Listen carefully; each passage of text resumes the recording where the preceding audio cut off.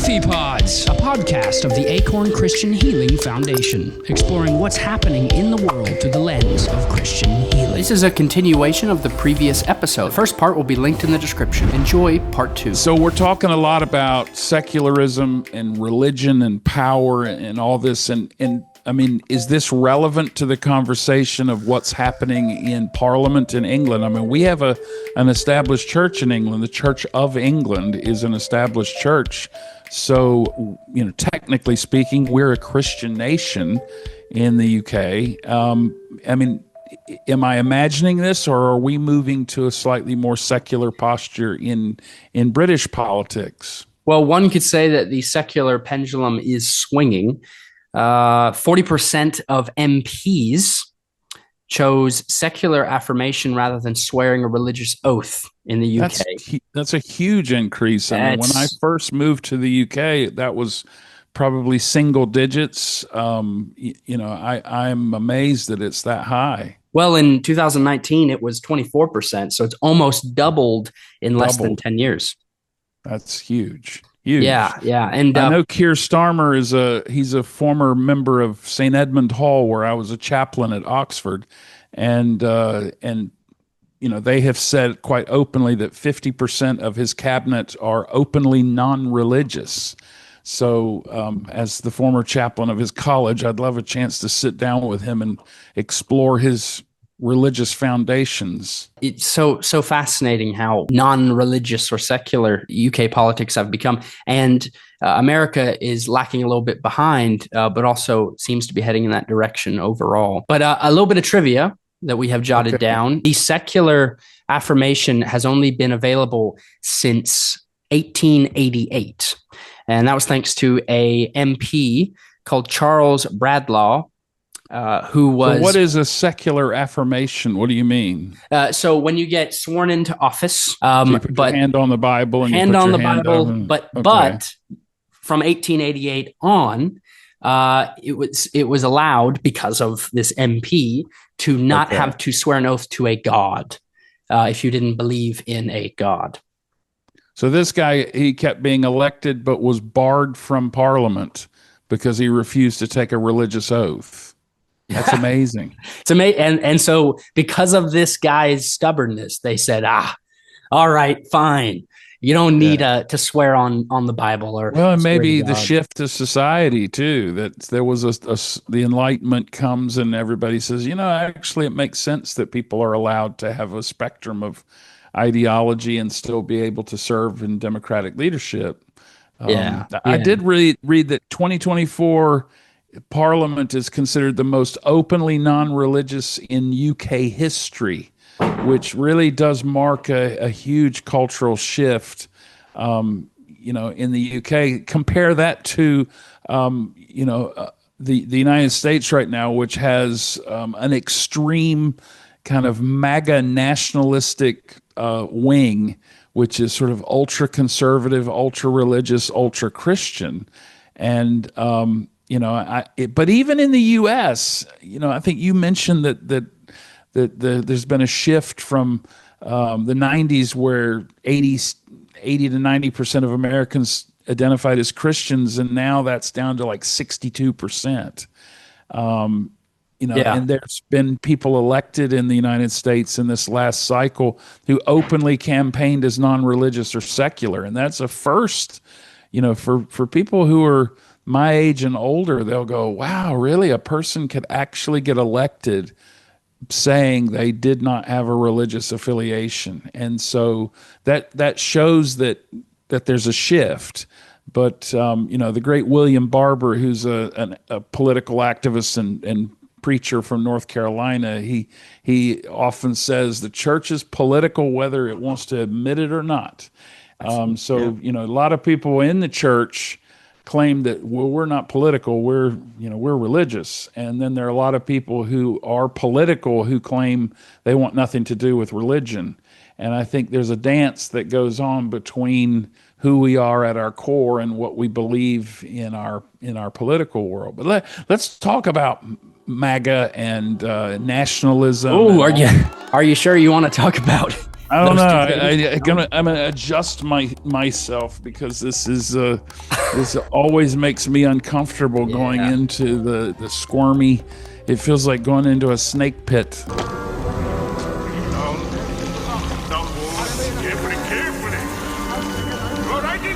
or a snake handling church. Yeah, yeah, it's like being consumed by the blob. A mass that keeps getting bigger and bigger. I don't know if you've seen that movie or remember it. Yes, it is. It's The Fog. 100 years ago, between midnight and 1, something unknown came out of the fog. Yeah, The Blob, The Fog, all Yeah, those all of old it. horror Yeah. movies had the same idea that the thing is going to come and the movie The Thing. It's coming. It's coming for you, and Yes. So tell me, you talked about communism and social democracy. Tell me about nationalism versus progressivism, I guess you could say, or progressive faith movements and Christian nationalism. Yeah, well, I'll read a little bit and then maybe springboard off of that. Okay. So Christian nationalism is a political ideology that seeks to merge Christian identity with national identity. Okay. That's a kind of a scary thing for me. Often asserting that a country, especially the United States, should be governed by Christian principles and laws. Okay. So they would see themselves as being a part of a Christian nation. Right. We are a Christian nation, which then if somebody like Mamdani comes along who's not a Christian, then how can he lead in a Christian nation? So I can see how that's going to send people around the bend. With this idea of Christian nationalism also tends to pick up the ideas of ethno-Christian nationalism. So people who want to have this idea of skin color, ethnicity, and race needing to be, as they would say, pure or unmixed. It's a very racist way of viewing the world. But the Christian nationalism often includes a wing of racism and xenophobia. Okay. So there's a belief in a Christian nation that people say, well, someone like the United States is founded as a Christian country. And so anybody that stands up and says, well, actually, there were lots of different people that founded America. Jefferson was a deist, but wouldn't call himself a Christian, which that shocks a lot of people when they realize that he believed in God, but wasn't a big believer in Jesus Christ. Another idea of Christian nationalism, that you fuse the church and state. I know we have church and state established in the United Kingdom, but in America, the church and state are supposed to be separate. It's a clause that's like underpins everything that America is about. But Christian nationalism supports policies that reflect conservative Christian values in law and in education and in public life. So there's this kind of blurred boundary on purpose. Another idea is non-Christian citizens are often marginalized. I mean, it's quite open sometimes that people in other faiths, like Mamdani or anybody, there's some other people that are serving congressional leaders in America who are of other religions, and they often are talked about as their religion, that Muslim person, that Sikh woman. If you are part of the minority group, you are an other. You are labeled as outsider. So framing Christianity as essential to national identity, that you can't be a true patriot without also being Christian. So that's Christian nationalism. And political influence.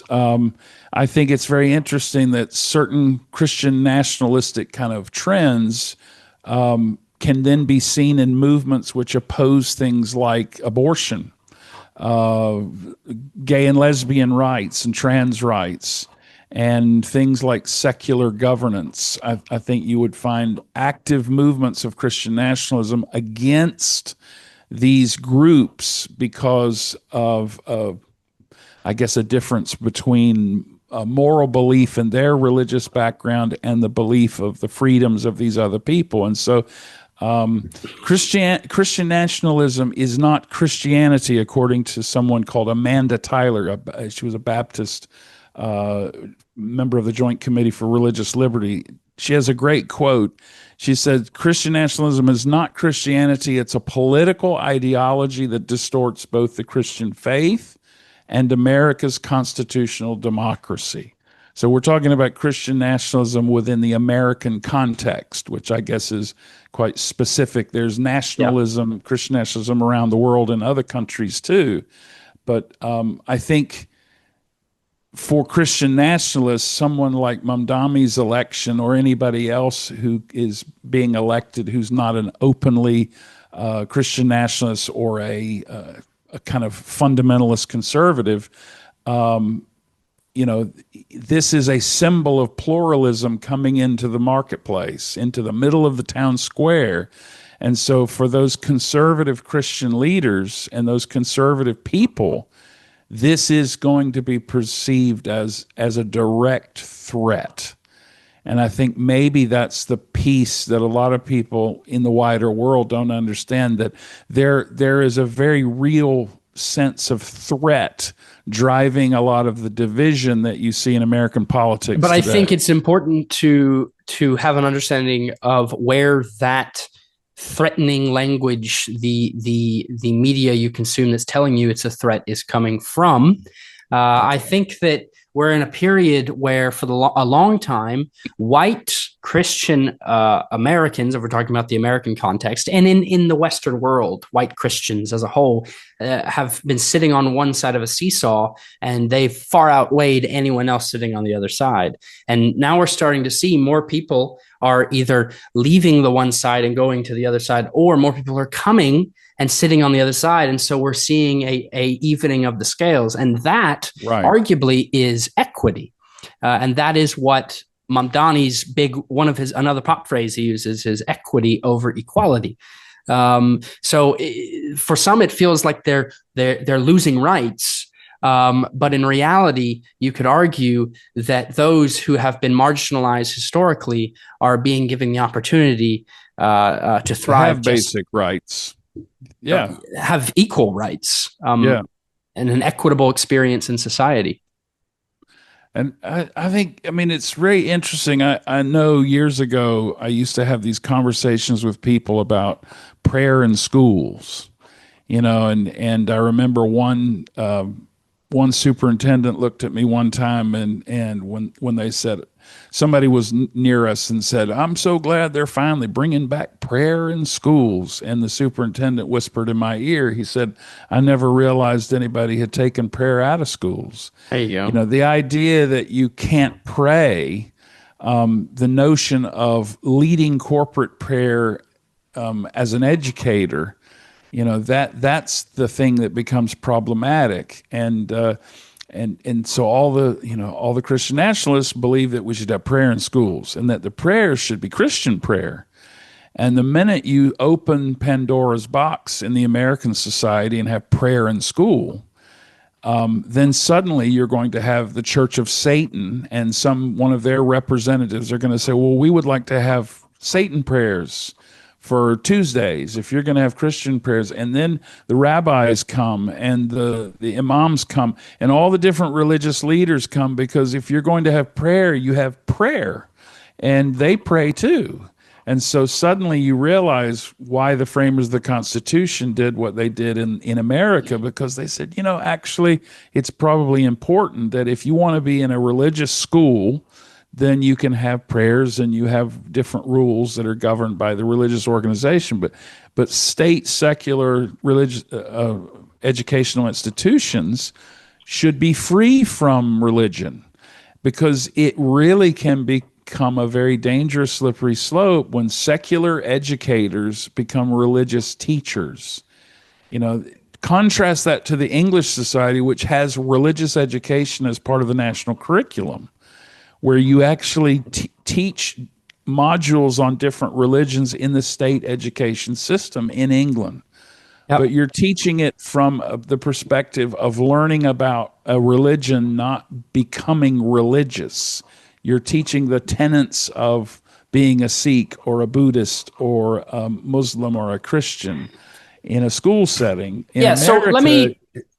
I'm going to interrupt you, and I'm going to go a bit off script here because I know we have our rough roadmap. But what's the point of religion at a certain point? So if we look at society and we go, wow, this secular promoting guy, Mamdani, who is pushing for kind of radical individualism, expressionism, and secularism, and his thing is really good and everyone's happy, then why should I still hold my faith? Why should I still be a Christian or a Jew or a Muslim? Why should I continue to be faithful? And this weighs heavy on my mind. I don't know about you. And last time we talked together on this podcast, we talked about indifference, nihilism, just saying, what's the point of having faith? And I think that merges with this. You slip into that when you look at politics. The answer is one word. There you go. And the word is credo. Credo. What is your belief? What is your credo? What is the essence of your worldview, of your belief system, of what matters in the world? The problem is, I think we live in a time and a place when people's credo has become quite superficial. It's very shallow water. And so we splash around in puddles, pretending to be living rich lives. And there's a lack of depth in a credo that isn't grounded and deep. And so I would say, personally, my belief, my credo is in the person of Jesus Christ. I'm a Christian. I'm a follower of Jesus.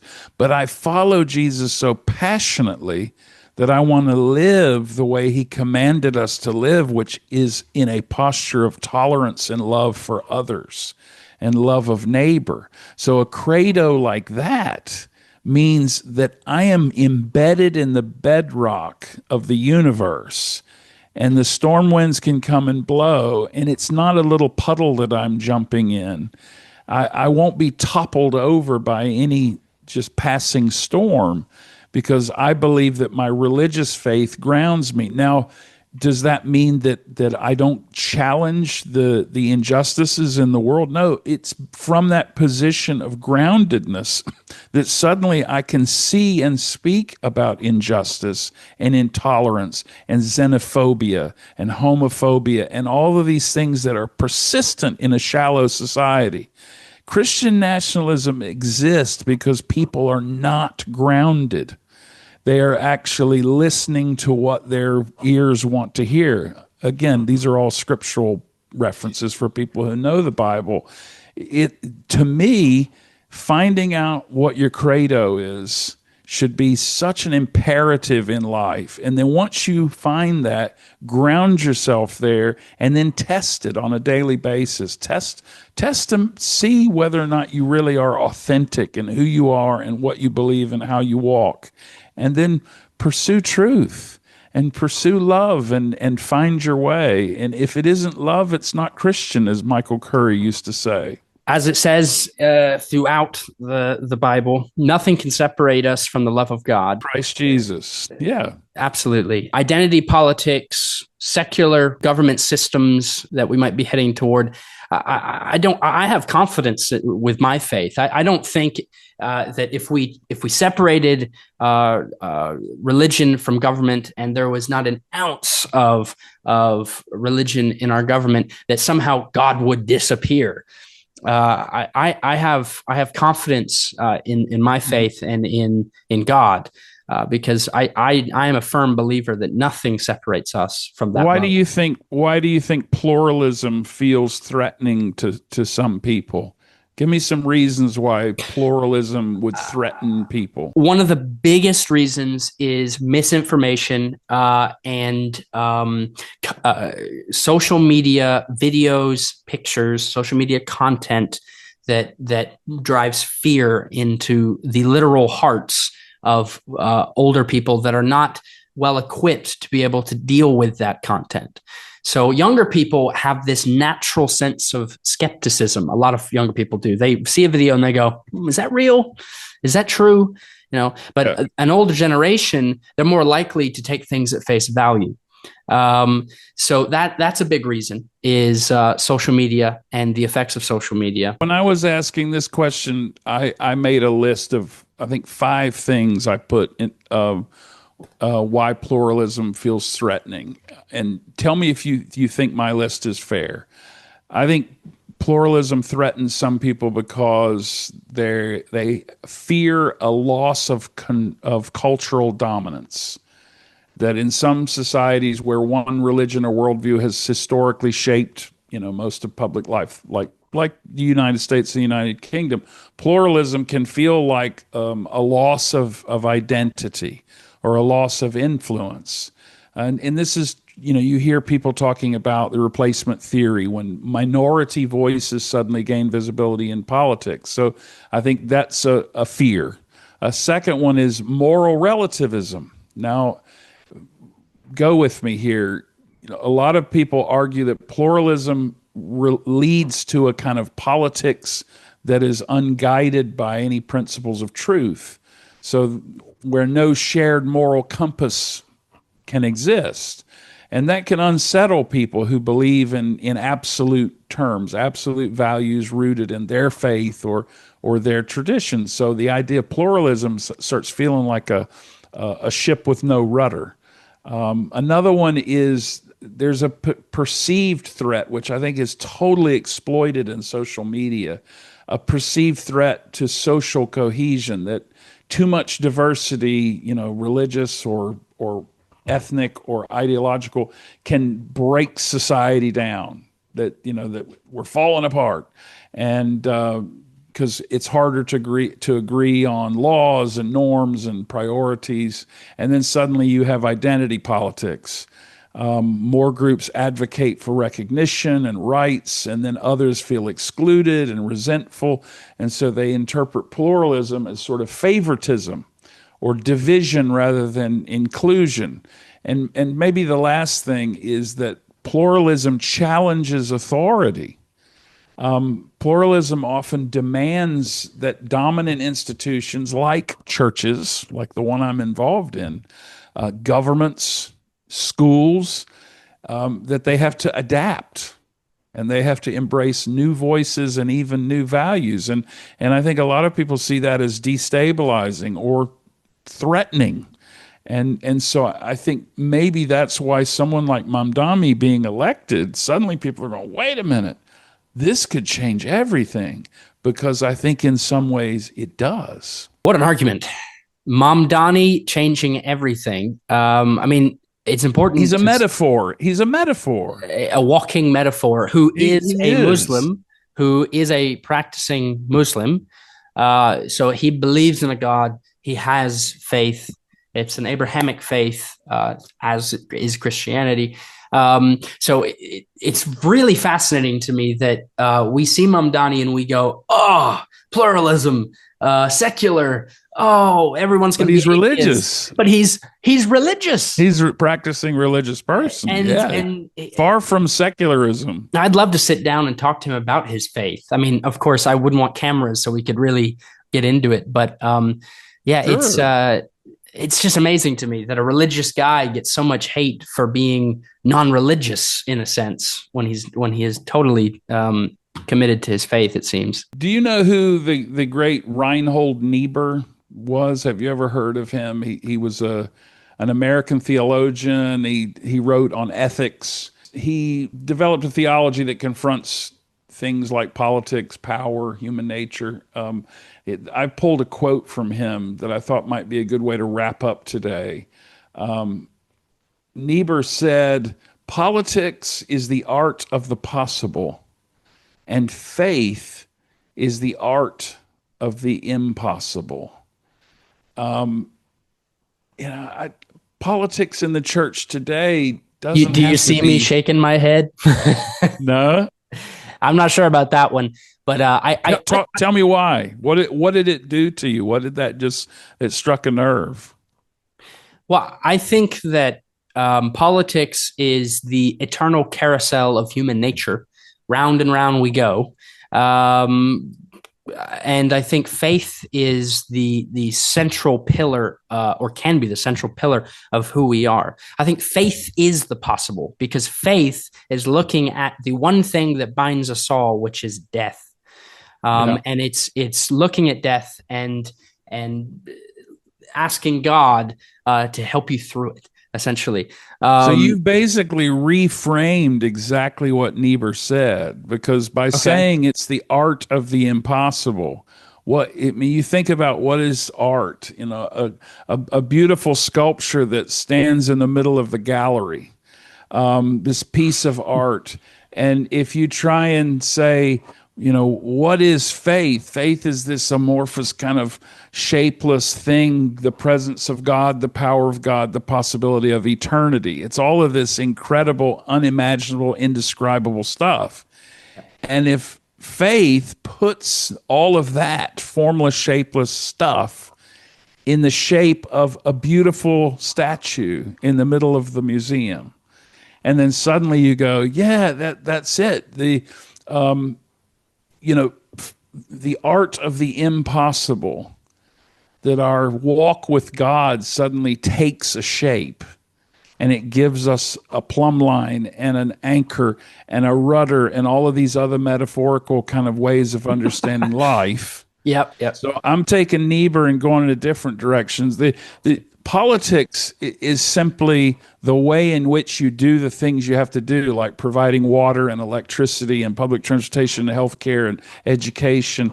Politics is about how we govern societies and keep them ordered and lawful. I think for me, if I were to rewrite this quote and put from Callum Kramer under it, I'd say politics is the art of the finite. Faith is the art of the infinite. That is what I would say. That's a good quote, actually. That's actually very good. Well, thank you very much. Now that gives me something to think about as I go through the rest of my day. So I'll finish with this. Say, politics in the church today does not have to be a distraction from faith. It's a vital expression of it. So when Christian churches engage thoughtfully with political realities, they really embody the gospel's call to justice and compassion and community, offering some clarity in a world often shaped by division and power. And so when I go back to the beginning of all the things we talked about today, this election in New York City really, for me, is nothing to do with New York City, and it's nothing to do with a person named Mamdani. It's to do with a time in the world's history when it feels like a page has turned, and that a new generation of leaders are rising, and a new generation of thinkers, and a new possibility of a broader, more pluralistic society is in our midst. And how can I, as a Christian who follows Jesus, walk into that without fear and trepidation, but instead with joy, with dancing, and maybe singing the Mamdani song from Michael Gregory? Yeah, I'm filled with hope. I'm filled with excitement. I'll be praying about it. My younger sister, your daughter, Catherine, is in New York. She voted. Yeah. It's a time of change, and it's exciting. People who are listening to the podcast, we hope that they will feel a little bit of blessing, and that they might find a wee bit of hope in a world where the social media feeds are filled with doom and gloom. It's not all bad out there. It's actually there's a lot of love in this world. I think we just have a hard time seeing it through the junk that fills our little. When in doubt, put the phone down. Although saying that, wherever you are watching this, we invite you to like, follow, And subscribe. Thanks for joining us this coming Thursday, I believe the 13th it is. We have the Acorn Lounge. So join us for the Acorn Lounge. Go to the website if you want to find out. We're talking about neighborliness. So that fits into what we talked about today. How to be a good neighbor. Take care and have a fantastic week. God bless.